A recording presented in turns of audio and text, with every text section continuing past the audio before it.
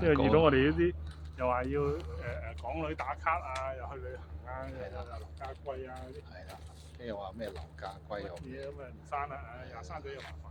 係啦，又話咩冇床位，係啊，土地問題啊嘛。嗱呢啲就咩？嗱呢啲其實仲如果理論上係有屋主㗎，即係你如果呢啲去叫咩啊？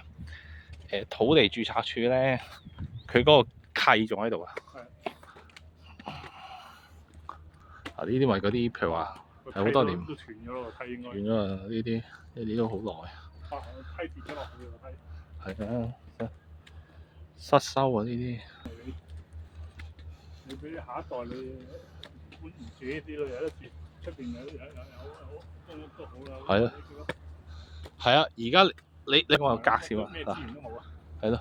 日日都同你食名店咧，講嗰啲附近嗰兩間餐廳你都唔可以日日食㗎。係啊，我當你有麥當勞啊，唔係即係我當你啊有電視啊，你叫佢話哎呀麥當勞，我想食麥當勞，你都冇得食啊！但係最慘係連個網絡都收唔到啊！算啦。部嘢又少啲人。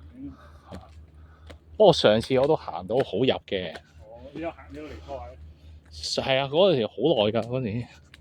啊呢個就唔係嗰間呢個係其他嗰啲學校啊。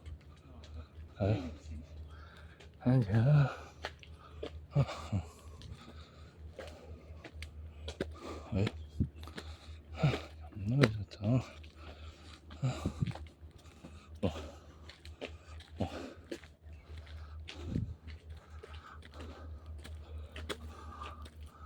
哇！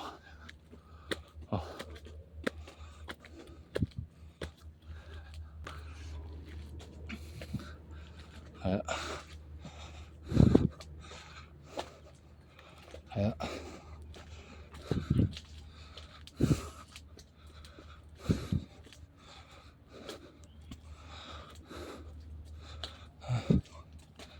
係啊，基本上係咁啊。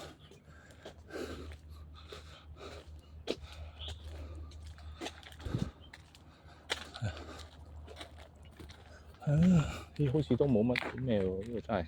走咯，冇咁就走啊。